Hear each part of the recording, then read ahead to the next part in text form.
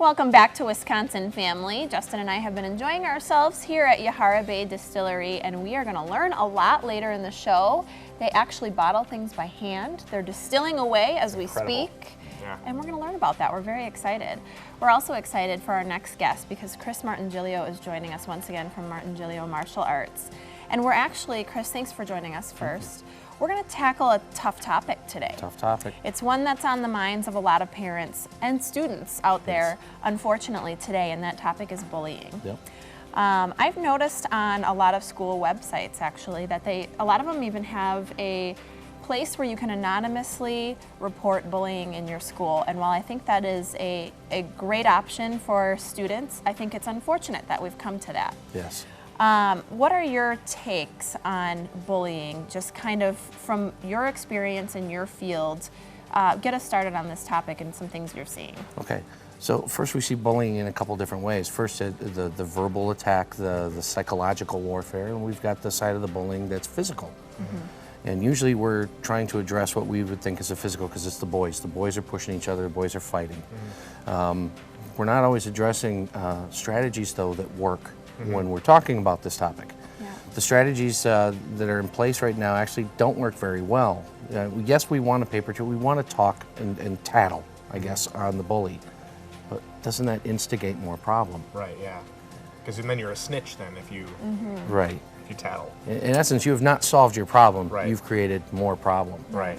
Now we're going to talk a little bit about the physical aspects of bullying in just a second and your take on that, which is obviously something that you have expertise in. Let's talk first a little bit about de-escalation and maybe some steps that we can take before we need to get to that physical point. Absolutely. Part of what we have to do with the kids is first tell them to walk away, right? It doesn't work, but we want them to. Right. We want them to talk to a teacher, and sometimes that works, and then sometimes that doesn't work. That continues to the principal. So we think that this is de-escalating. It's really not. What's happening is it's kind of escalating a problem that's going to keep on occurring until the kids solve it themselves. Right, yeah.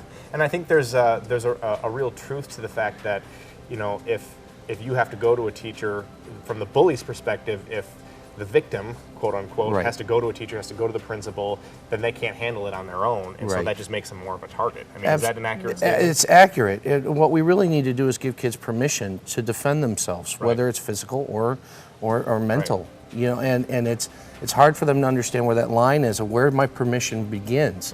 Most of the kids that take martial arts are good kids, or they're coming to me because they're being bullied already. Right. And what they really need is permission. You have permission when this all other stuff fails. Right.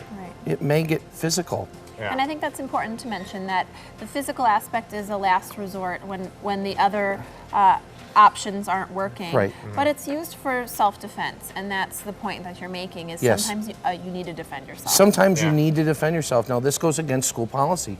School policy says no fighting. And because school policy says no fighting, then the anti-bullying programs revolve around no fighting. Right. But yet, if my daughter came back and said somebody had touched me at school, as a father, I'm going, why didn't you hit him? Yeah. Right, but that's not the best answer. We have to give them resources to make that decision properly. We don't want them to make it out of anger. We don't want them to make it out of frustration. It's got to be last resort. Right. Yeah. And I think this is a topic that extends outside of the four walls of a building of school, because people deal with this in the workplace. People deal with this all over the place. So this isn't an issue that just really revolves around children. This is an issue that revolves with people really anywhere. Potentially could be experiencing things like this and not really know what to do. That's why martial arts is an important part of what we do. We feel like we have something to back up what I'm saying to you. I don't want you to do that anymore. Right. And when you don't do that, well, then I can't be physical. Right.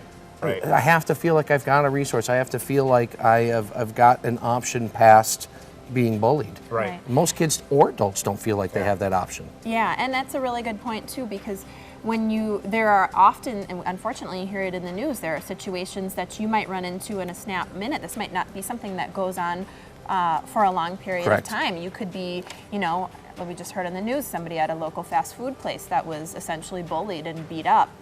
You could be, you know, in line at the grocery store. Something like this could happen, and you use the words to try and stop it, but then ultimately you have to defend yourself. And maybe are there a couple, and we're almost out of time, but are there a couple good moves to start with for somebody who is being bullied, maybe in a situation like that at a grocery store or a fast Sure food there is. place? And it's all situational based on, how are you getting touched? Are you getting punched? I mean, if I get hit, you're going to stand up and you better start hitting somebody.